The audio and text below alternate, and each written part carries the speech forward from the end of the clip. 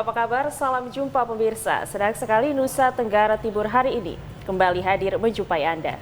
Ya, sejumlah informasi menarik dan teraktual dari berbagai daerah di Nusa Tenggara Timur telah kami siapkan untuk Anda. Mengawali perjumpaan kita, berikut cuplikan berita utama. Polda Nusa Tenggara Timur mulai melaksanakan Operasi Zebra Turangga 2023. 8 unit rumah warga dan 2 fasilitas umum rusak akibat guncangan gempa bumi.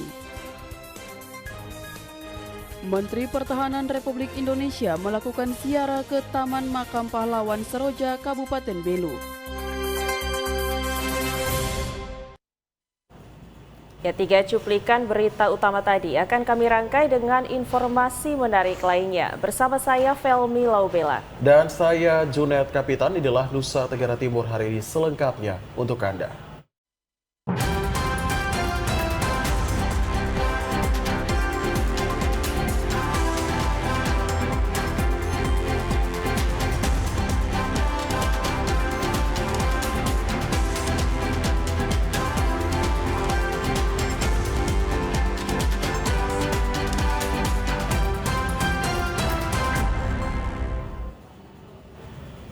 Kita ikuti informasi yang pertama, Saudara, guna meningkatkan kesadaran masyarakat serta disiplin dan juga kedisiplinan berlalu lintas, Kepolisian Daerah Nusa Tenggara Timur mulai hari ini melaksanakan Operasi Zebra Turangga 2023. Operasi Zebra Turangga 2023 mengutamakan pendekatan edukatif, persuasif, dan humanis dengan fokus pada 7 jenis pelanggaran lalu lintas prioritas seperti penggunaan ponsel saat berkendara, pengemudi di bawah umur, pengendara sepeda motor berboncengan lebih dari 1 orang, dan pelanggaran lainnya. Operasi Zebra Turangga 2023 ini akan dilaksanakan selama 14 hari ke depan, sejak tanggal 4 sampai 17 September 2023 mendatang. Kami dari Ditlantas Polda NTT menginformasikan bahwa Operasi Zebra Turangga 2023 sudah berlangsung hari ini, mulai tanggal 4 September sampai tanggal 17. Perlu diawasi atau tidak perlu diberikan sanksi atau tindakan, mereka sudah sadar untuk bisa menaati aturan lalu lintas, yang kemudian nantinya angka kecelakaan lalu lintas itu bisa menurun. Polda Nusa Tenggara Timur berharap operasi ini akan meningkatkan kesadaran dan disiplin masyarakat saat berkendara. Selain itu, dengan adanya operasi ini dapat mengurangi kecelakaan lalu lintas serta memperkuat kepercayaan masyarakat terhadap kepolisian. Tujuan dari Operasi Zebra Turangga 2023 ini adalah terwujudnya situasi Kamseltib Carlantas yang mantap. Venido Adimataratu, TVRI NTT. Ya, tak hanya di Kota Kupang, Saudara, demi menjaga keselamatan pengendara dan pengguna jalan raya di Kabupaten Ngada, Polres Ngada juga melaksanakan kegiatan gelar pasukan Operasi Zebra Turangga 2023 dengan melibatkan beberapa instansi guna menekan angka kecelakaan yang cenderung meningkat selama 14 hari ke depan.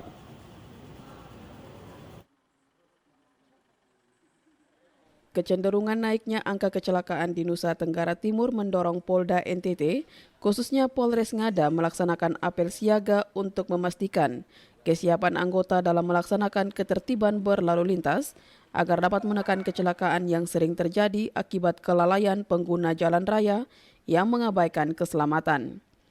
Apel gelar pasukan Operasi Zebra Turangga 2023 yang dipimpin langsung Kapolres Ngada menekankan pentingnya pelaksanaan tugas yang humanis dan terukur agar peningkatan kesadaran masyarakat pengguna jalan dapat mentaati peraturan berlalu lintas dengan baik dan benar. Kapolres Ngada AKBP Patmo Arianto saat membacakan amanat Kapolda NTT, Inspektur Jenderal Joni Asadoma meminta agar operasi Turangga kali ini lebih menekankan aspek edukasi dengan pelayanan prima termasuk senyum dan sapa bagi pengguna kendaraan sehingga kesadaran masyarakat akan pentingnya menjaga keselamatan berlalu lintas dapat ditingkatkan demi mengurangi angka kecelakaan. Selama tahun 2023 dari tanggal 1 Januari sampai dengan 27 Agustus 2023 antara lain jumlah laka 912 kejadian, korban meninggal dunia 252 orang meninggal,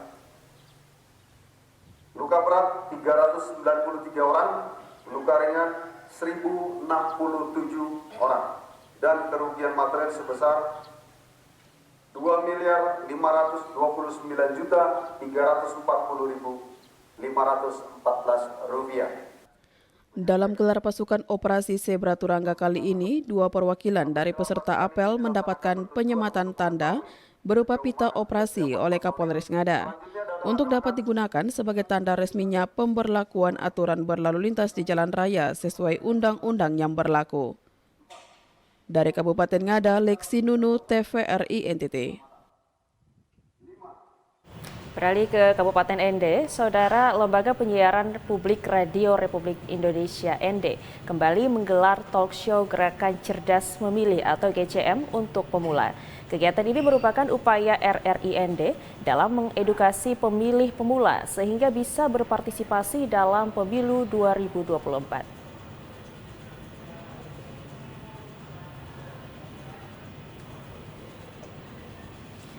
Dalam rangka mendukung dan menyukseskan pemilu 2024, Lembaga Penyiaran Publik RRI ND menggelar Gerakan Cerdas Memilih untuk Pemilih Pemula.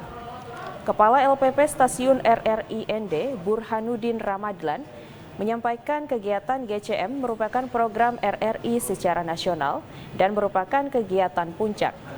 Kegiatan GCM ini sebagai tanggung jawab RRI sebagai lembaga penyiaran publik dalam mengedukasi pemilih pemula sehingga bisa berpartisipasi dan cerdas dalam memilih sekaligus menyukseskan pemilu 2024 mendatang. Kita selalu mengingatkan untuk generasi muda untuk jadi pemilih-pemilih yang cerdas dalam pemilu mendatang. Tentunya kaitannya dengan tema tadi, kita dengan anak-anak muda yang berkaitan dengan medsos. Tentunya harus hati-hati dalam menggunakan medsos, tentunya adalah hak miliknya. Jangan golput, dia cerdas, mana yang hoax, mana yang baik.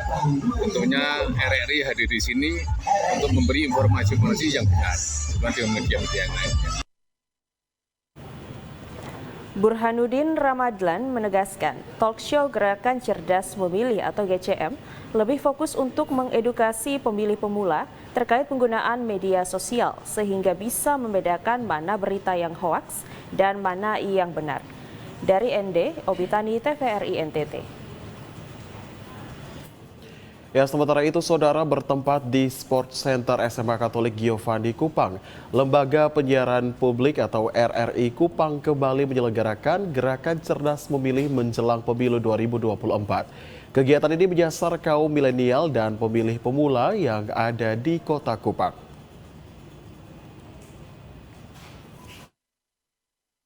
Gerakan Cerdas Memilih LPP RRI ini dilaksanakan secara serentak di 70 kota di seluruh Indonesia.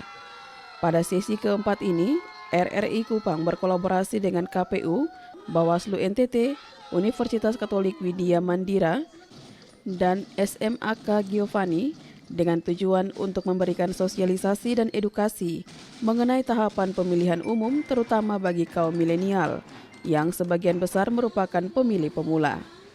Kegiatan dimulai dengan pelepasan balon serta jalan sehat yang diikuti oleh seluruh peserta. Menurut Ketua Panitia Kegiatan Marta Nahak, peserta GCM sangat antusias untuk mencari tahu visi misi bakal calon legislatif sehingga RRI Kupang mengakomodir antusiasme tersebut dengan terus memberikan edukasi bagi pemilih pemula.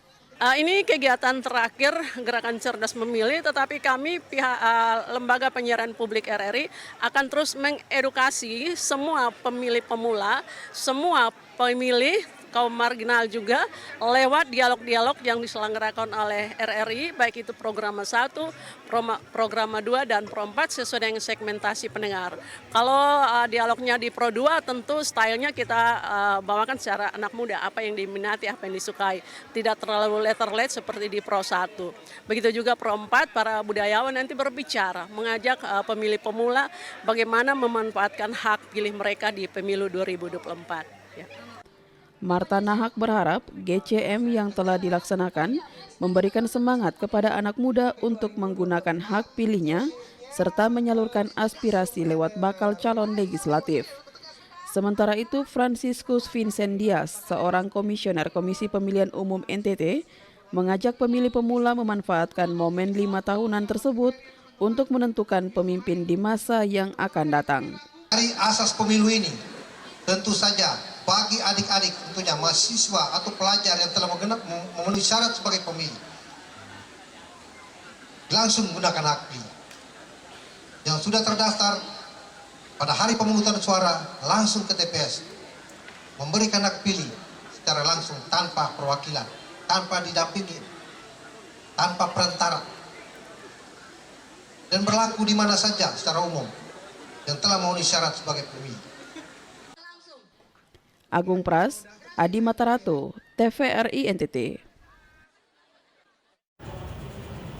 Saudara, sejumlah informasi menarik dan teraktual lainnya masih akan kami hadirkan untuk Anda sesaat lagi. Ya, tetaplah bersama kami di Nusa Tenggara Timur hari ini.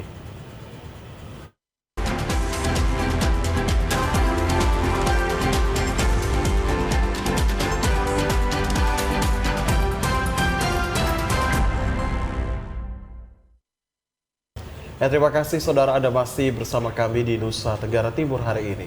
Dan kita kembali melanjutkan informasi lainnya. Saudara, pemerintah Kecamatan Nunbena melaporkan ada sebanyak 8 unit rumah warga dan 2 fasilitas umum rusak akibat guncangan gempa bumi dengan magnitudo berkekuatan 6,1 skala Richter yang berpusat di Kecamatan Nunbena, tepatnya di Desa Vetomone dan Desa Noebesi, Kecamatan Nunbena, Kabupaten Timor Tengah Selatan, tanggal 31 Agustus 2023 yang lalu.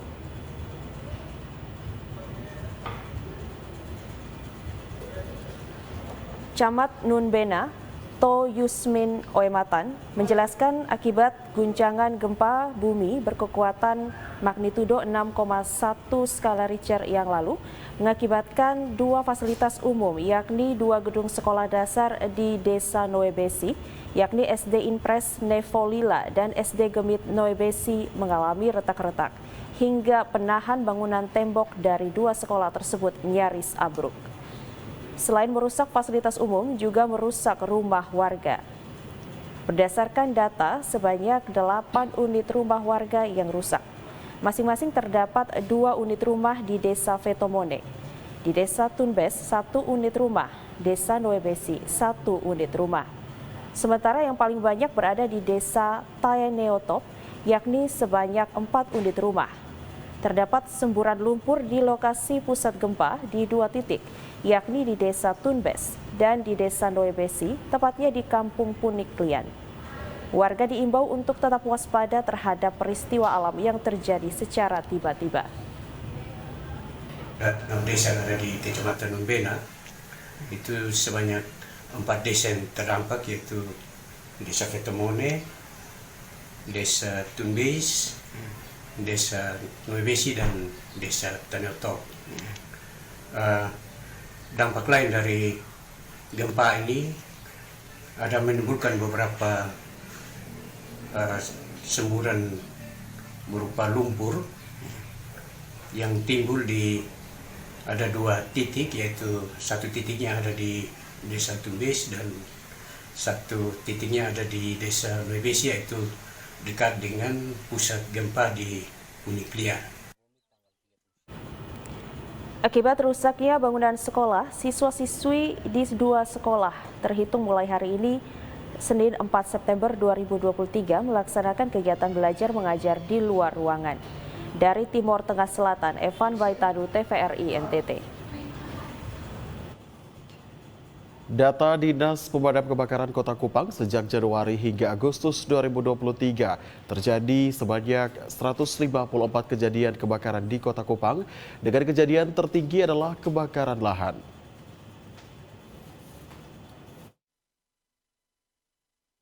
Selama periode Januari hingga Agustus 2023 telah terjadi 154 kejadian kebakaran di Kota Kupang dengan angka kejadian tertinggi di bulan Agustus yakni sebanyak 53 kebakaran yang terdiri dari kebakaran rumah sebanyak 7 kejadian, 1 gudang, 3 kios, 2 warung, 3 kejadian kebakaran sampah, 1 mobil, dan 35 kejadian kebakaran rumput atau lahan. Dinas Pemadam Kebakaran Kota Kupang mencatat taksiran kerugian yang dialami dalam kejadian kebakaran selama Januari hingga Agustus mencapai 4.976 juta rupiah. Sekretaris Dinas Pemadam Kebakaran Kota Kupang, Halen Riwu menjelaskan, kebakaran rumah, kios, dan warung umumnya terjadi karena disebabkan korsleting listrik dan human error seperti lupa mematikan kompor dan kebocoran tabung gas LPG. Sementara kebakaran rumput atau lahan umumnya terjadi karena cuaca yang sangat panas disertai angin dan warga yang dengan sengaja membakar rumput yang kering. Kejadian kebakaran di Kota Kupang sampai hari ini tanggal 4 September itu jumlah kejadian kebakaran 154 kejadian kebakaran. Itu terjadi karena pertama masyarakat kurang peduli dengan pencegahan kebakaran dalam hal menggunakan alat-alat listrik, sehingga kejadian kebakaran itu terjadi lebih banyak kejadian di rumah itu karena arus pendek, kejadian arus pendek. Yang kedua, human error. Human error artinya lupa mencabut alat listrik ketika meninggalkan rumah, ataupun kompor yang nyala lupa dimatikan. Halen Riwu menambahkan, kebakaran yang terjadi di Kota Kupang tersebar di semua kecamatan, yakni Kecamatan Oebobo sebanyak 18 kejadian, Kecamatan Kelapa Lima 55 kejadian, Kecamatan Maulafa 50 kejadian kebakaran, Kecamatan Kota Lama 7 kejadian, Kecamatan Kota Raja 5 kejadian, dan Kecamatan Alak 19 kejadian kebakaran. Ivani Olang, Rio Jogo, TVRI NTT.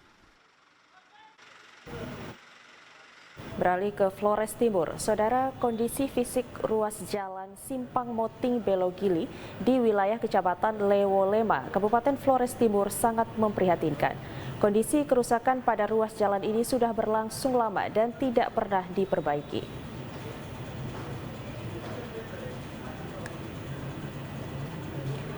Pantauan TVRI pada ruas jalan ini, badan jalan berlubang, aspal retak serta mengelupas, mengakibatkan serpihan kerikil berhamburan di sepanjang badan jalan. Sehingga awasan ekstra dari para pengendara ketika melintas pada ruas jalan ini. Apalagi kerusakan terparah pada areal tanjakan yang cukup terjal.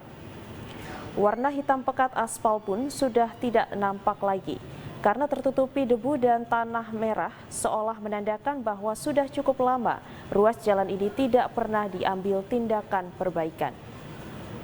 Menurut warga Belogili, Desa Baluhering, kondisi rusaknya ruas jalan Simpang Moting Belogili berlangsung bertahun-tahun lamanya.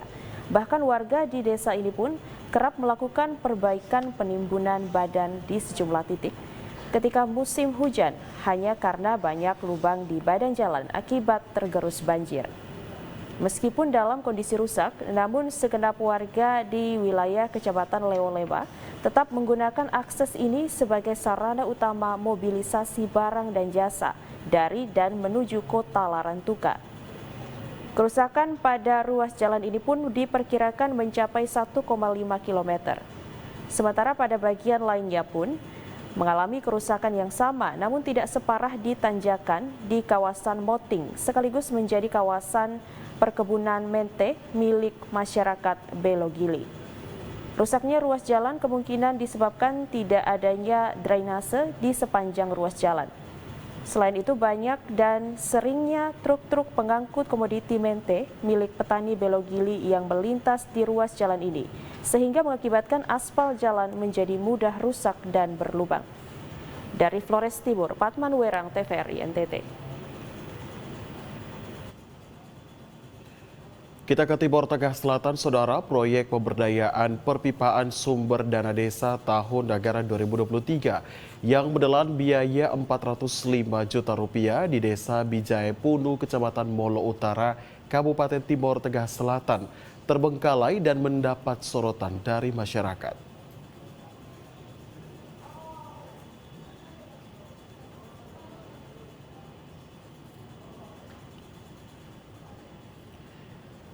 Pemerintah Desa Bijaya Punu, Kecamatan Molo Utara, Kabupaten Timur Tengah Selatan mendapatkan banyak sorotan dari masyarakat akibat waktu pekerjaan pemberdayaan perpipaan sepanjang 175 meter belum rampung karena waktu pekerjaan 90 hari tepat di bulan September 2023 saat ini. Kepala Desa Bijaya Punu, Samuel Nomeni, kepada TVRI menjelaskan, pihaknya memastikan penyelesaian pekerjaan akan segera berakhir pada bulan September 2023 dan pekerjaan segera diserah terimakan dari masyarakat. Sistem kerja bersifat hari orang kerja atau HOK, di mana masyarakat sebagai pekerja sebagai bentuk pemberdayaan. Pekerjaan tersebut menghabiskan dana sebesar 405 juta rupiah dari sumber dana desa tahun 2023. Pihaknya berkomitmen pekerjaan tersebut segera rampung sehingga pertanggungjawaban pengelolaan keuangan desa segera dimasukkan ke Dinas Pemerintahan Desa tepat pada bulan November 2023 pekan depan. Pekerjaan fisik yang ada, dia volumenya 1.800 meter. Yeah. Lalu sistem kerjanya HOK. Yeah. Ya, kerjaan sementara berjalan itu dia akan 90 hari. Yeah. 90 hari kami akan harus sudah tuntas.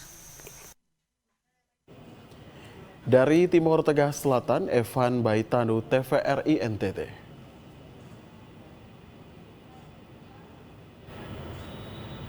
Dan saudara, kami masih akan kembali dengan sejumlah informasi lainnya usai jeda pariwara berikut. Tetaplah bersama kami.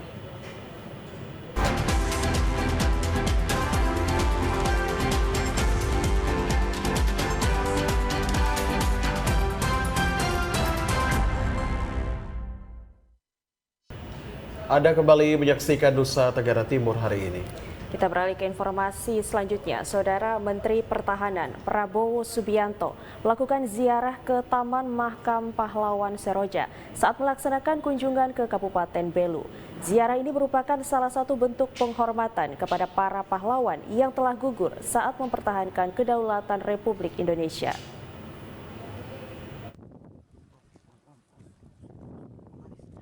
Beginilah suasana persiapan di Taman Makam Pahlawan Seroja, Kota Atambua, Kabupaten Belu saat kedatangan Menteri Pertahanan Republik Indonesia Prabowo Subianto untuk melakukan ziarah dan tabur bunga di lokasi Makam Pahlawan Seroja. Barisan yang terdiri dari tokoh veteran, bela negara serta Forum Komunikasi Pejuang Timur Timur (FKPTT) dipersiapkan untuk bersama-sama Menteri Pertahanan memberikan penghormatan kepada para pahlawan. Saat tiba di lokasi, Menteri Pertahanan didampingi Jenderal TNI Purnawirawan Hendro Priyono bersama rombongan meletakkan kranz bunga kemudian menuju makam pahlawan untuk prosesi tabur bunga. Prosesi tabur bunga ini sebagai bentuk penghargaan dan penghormatan kepada para pahlawan, terutama para pahlawan yang gugur saat mempertahankan kedaulatan Republik Indonesia. Selain itu, lewat prosesi tabur bunga ini juga sebagai upaya untuk menanamkan nilai-nilai perjuangan yang telah dilakukan oleh para pahlawan kepada generasi penerus bangsa, terutama bagi warga di perbatasan Indonesia Timor Leste. Lewat prosesi tabur bunga ini, masyarakat di wilayah perbatasan diharapkan dapat menanamkan nilai-nilai perjuangan dan kerja keras para pahlawan sehingga bisa diimplementasikan dalam kehidupan berbangsa dan bertanah air. Sementara itu, salah satu warga pun menyampaikan terima kasih dan bangga atas kunjungan yang telah dilakukan oleh Menteri Pertahanan ke wilayah perbatasan, sehingga menjadi corong untuk menyuarakan suara-suara minoritas dan aspirasi warga. Setelah ziarah makam di Taman Pahlawan Seroja, dilanjutkan dengan deklarasi bersama masyarakat di Stadion Haliwen dan berakhir dengan audiensi bersama Kadet Unhan Dr. Ben Boy. Sebagai warga di perbatasan, kami merasa sangat bangga karena dengan kedatangan Menhan dapat menyuarakan suara warga di wilayah perbatasan Indonesia Timor Leste. Dari Kabupaten Belu, Andri Witak, TVRI NTT. Saudara, ribuan masyarakat di perbatasan Indonesia Timor Leste menyambut Prabowo Subianto di Kabupaten Belu, Nusa Tenggara Timur. Ribuan warga ini menyatakan secara sukarela mendukung Prabowo untuk maju sebagai calon Presiden Republik Indonesia pada tahun 2024 mendatang. Prabowo Subianto ketika tiba di tempat kegiatan langsung menyapa dan saling menyelami warga. Perwakilan tiga raja yakni Raja Lamaknen, Loro Fealaran, dan Oan Natarnat Oan Laluanhat menyamati pakaian adat kebesaran kepada Prabowo Subianto sebagai tokoh adat kehormatan. Selain itu juga, Forum Komunikasi Pejuang Timor Timur mendeklarasikan dukungan penuh kepada Prabowo Subianto sebagai calon Presiden Republik Indonesia pada pemilu 2024. Prabowo Subianto mengatakan, kita berterima kasih kepada Presiden Joko Widodo karena telah memperhatikan warga ex-pejuang Timor Timur dengan membangun rumah layak huni.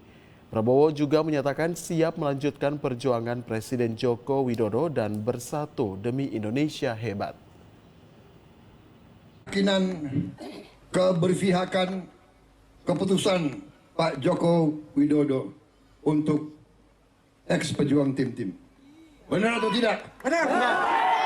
Beliau tidak pernah di TNI. Beliau tidak pernah berjuang sama saudara-saudara. Tapi beliau mengerti pengorbanan saudara-saudara sekalian. Beliau terus-menerus memikirkan rakyat miskin di Indonesia, saudara-saudara sekalian. Karena itu, saya terima kasih dukungan saudara-saudara. Saya siap melanjutkan perjuangan Pak Joko Widodo. Ribuan masyarakat Belu juga berharap Prabowo Subianto bisa memenangkan pemilu 2024 agar terus memajukan Indonesia dan memperhatikan rakyat kecil. Dari Kabupaten Belu, Andri Witak, TVRI NTT. Beralih ke informasi lainnya, Saudara, berdasarkan rilis Badan Pusat Statistik Provinsi Nusa Tenggara Timur, nilai tukar petani atau NTP Provinsi NTT bulan Agustus 2023 tercatat sebesar 97,14% atau naik 0,29% jika dibandingkan dengan Juli 2023.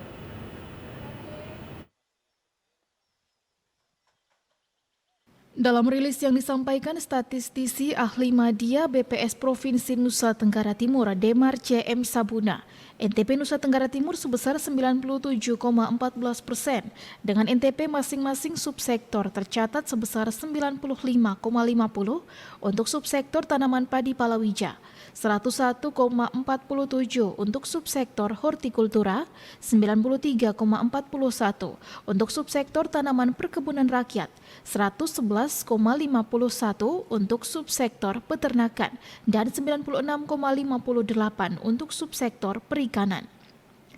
Terjadi peningkatan 0,29% pada Agustus 2023 jika dibandingkan dengan NTP Juli 2023.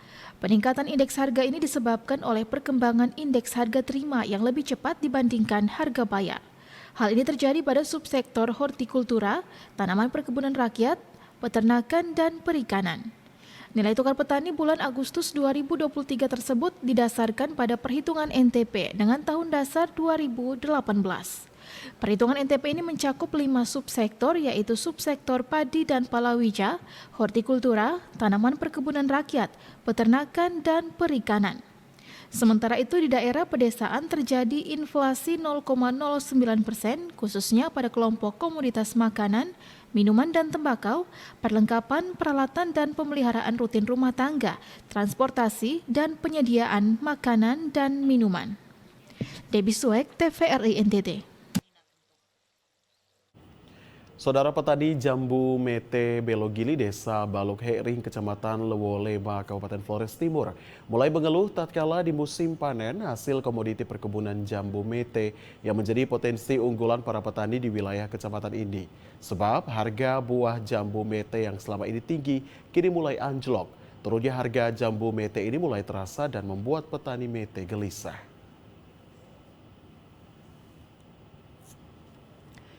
Pius Tukan, salah satu petani mete di Desa Belogili, kepada TVRI menuturkan kondisi turunnya harga pembelian jambu mete saat ini pada kisaran Rp14.000 per kilogram. Harga ini jika dibandingkan dengan sebelumnya, harga mete gelondongan dibeli dengan harga pada kisaran Rp22 hingga Rp25.000 per kilogramnya. Kondisi turunnya harga ini tentunya sebagai petani merasa tidak seimbang dengan harga sembako di pasar yang terus melambung. Selain itu juga dirinya pun mengeluh turun harga mete gelondong ini terjadi sejak panen pertama pada awal bulan Agustus kemarin. Sehingga ditakutkan kondisi ini akan semakin parah jika pasokan mete gelondongan menurun dan mengakibatkan harganya pun akan semakin turun pula. Para petani mete di desa ini pun dengan terpaksa memutuskan untuk tetap menjualnya kepada para pengepul meskipun dengan harga yang relatif murah. Pius Tukan pun berharap adanya kontrol dan pengawasan langsung dari pemerintah terkait standarisasi harga komoditas andalan petani mete sehingga adanya kepastian harga. Mengingat jambu mete ini adalah sumber penghidupan warga petani di Flotim pada umumnya. Selain itu juga dengan pengawasan ini dapat menekan upaya monopoli dan permainan curang dari pengepul jambu mete yang akhirnya sangat merugikan petani. Dari Flores Timur, Patman Werang, TVRI NTT.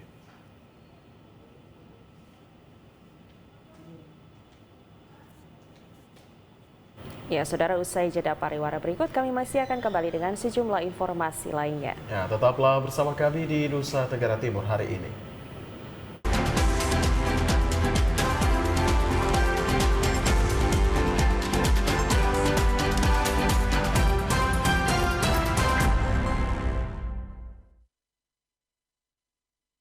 Terima kasih pemirsa dan masih menyaksikan Nusa Tenggara Timur hari ini. Kita beralih ke Sumba Barat Daya. Saudara, orang muda Katolik kuasi paroki Santo Markus Waimakaha beraksi untuk cegah stunting di Kecamatan Kodi Bahlagar melalui penggalangan dana open turnamen futsal dan volleyball. Sejumlah dana dikumpulkan untuk memutus rantai stunting. Gereja Katolik kuasi paroki Santo Markus Waimakaha di Kecamatan Kodi Bahlagar, Kabupaten Sumba Barat Daya, menunjukkan peran aktif dalam membantu penanggulangan masalah stunting. Dalam inisiatif yang luar biasa, orang muda Katolik atau OMK kuasi paroki Santo Markus Waikambala di bawah arahan Pastor Paroki Romo Fabianus Gau dan Pastor Moderator OMK Romo Lukas Rode menggelar sejumlah kegiatan untuk mendukung upaya memutus stunting. Perlombaan futsal putra dan volleyball putra dan putri yang memperebutkan piala bergilir kuasi paroki Santo Markus Waimakaha menjadi sorotan dalam acara ini. Selain itu, OMK juga menyelenggarakan pasar malam sebagai upaya penggalangan dana untuk pembangunan gedung pastoran dan memberikan nutrisi kepada balita stunting di Kecamatan Kodi Bahlagar. Kegiatan open turnamen dan pasar malam ini merupakan tindak lanjut dari Sumba Youth Day atau SYD tahun 2023 sedekanat Keuskupan Wetebula. Fokusnya adalah membantu anak-anak yang mengalami stunting dan perbaikan gedung pastoran kuasi paroki Santo Markus Waikambala. Acara ini berlangsung dari tanggal 20 Agustus hingga 3 September 2023, termasuk turnamen futsal putra dan volleyball putra dan putri. Di pasar malam, pengunjung dapat menikmati warung makanan, permainan odong-odong untuk anak-anak, serta berfoto di stand SWA selfie dan hunting. Ketua Panitia Sumba Youth Day, tingkat kuasi paroki Santo Markus Waikambala, Ferdinandus Daku, mengatakan bahwa OMK merasa terpanggil sesuai dengan tema SYD 3, yaitu orang muda bergerak bersama, orang muda solusinya. Mereka berkolaborasi dengan pihak Kecamatan Kodi Bahlagar dan Puskesmas dalam upaya pencegahan stunting. Selain membantu anak-anak stunting, kegiatan ini juga bertujuan untuk memperbaiki gedung kuasi paroki. Terlibat dalam panitia kegiatan ini adalah pemuda GKS Jemaat Panengo ED Cabang Analete. Kuasi paroki Santo Markus Waikambala memiliki sekitar 3.880 umat yang terbagi dalam 12 stasi dan 1 stasi induk. Inisiatif ini mencerminkan semangat kerjasama antar umat Katolik dalam melayani masyarakat. Orang muda bergerak bersama, orang muda adalah solusi. Rencana tindak lanjut itu dalam pembicaraan orang muda Katolik di tingkat paroki menemukan satu kesepakatan bersama, mengingat angka stunting di Kecamatan Kodi Bahlagar sangat tinggi, maka teman-teman orang muda mengambil sikap untuk melakukan kegiatan penggalangan dana ini yang diperuntukkan untuk bantuan sosial bagi anak-anak saudara-saudara kita yang menderita stunting. Romo Lukas Rode, pastor rekan di Kuasi Paroki Santo Markus Waimakaha, mengungkapkan bahwa OMK sudah 2 tahun terakhir terlibat dalam penanganan stunting. Mereka diberikan panduan dan bimbingan untuk mengembangkan kemampuan mereka. Data dari Puskesmas Panengo ED menunjukkan ada lebih dari 1.000 anak stunting dan OMK telah memberikan layanan nutrisi kepada 125 anak yang mengalami stunting. Menurut Romo Lukas, inisiatif ini bukan hanya merupakan karya gereja, tetapi juga pelayanan kemanusiaan yang dipandang sebagai panggilan anak muda Katolik. Hal ini mencerminkan tema SYD tahun 2023 yang menekankan bahwa orang muda bergerak bersama, orang muda adalah solusinya. Dari Sumba Barat Daya, Freddy Ladi, TVRI NTT. Saudara, permainan tradisional anak tidak hanya memberikan hiburan semata, tetapi juga sebagai sarana untuk berinteraksi dengan sesama, komunikasi antar sesama, membangun kerjasama dan saling menghargai satu sama lain. Kendati memiliki manfaat yang banyak, namun permainan anak di Nusa Tenggara Timur mulai ditinggalkan karena anak-anak zaman sekarang lebih memilih bermain gadget atau video game.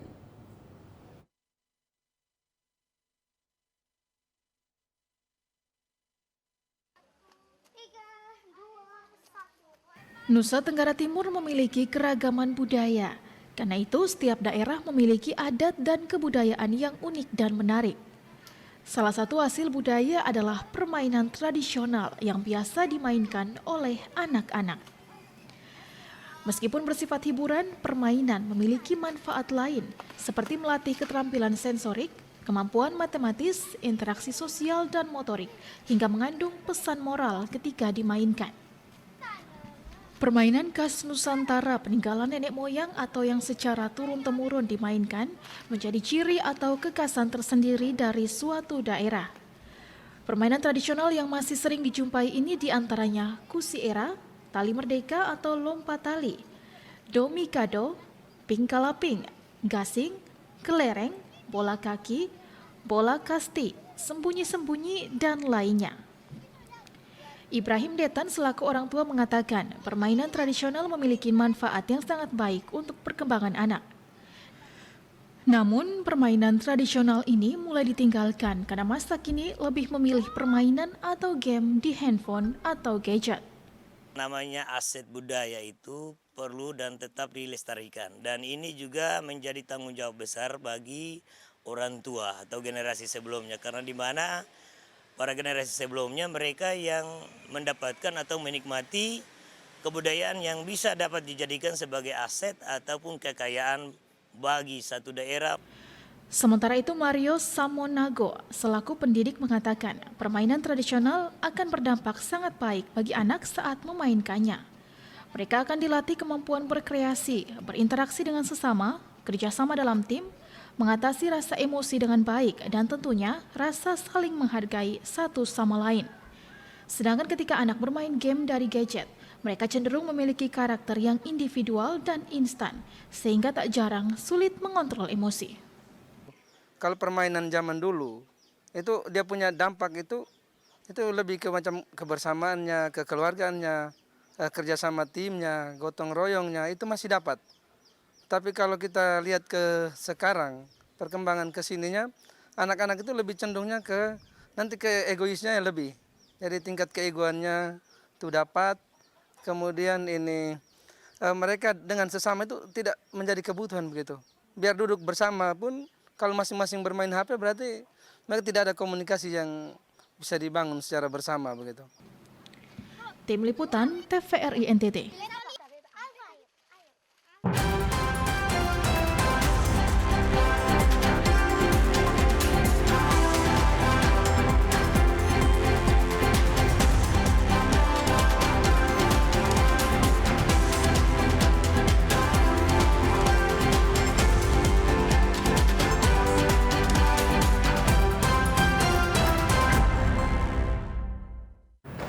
Ya, saudara, informasi terkait permainan nasional tadi sekaligus mengakhiri perjumpaan kita hari ini.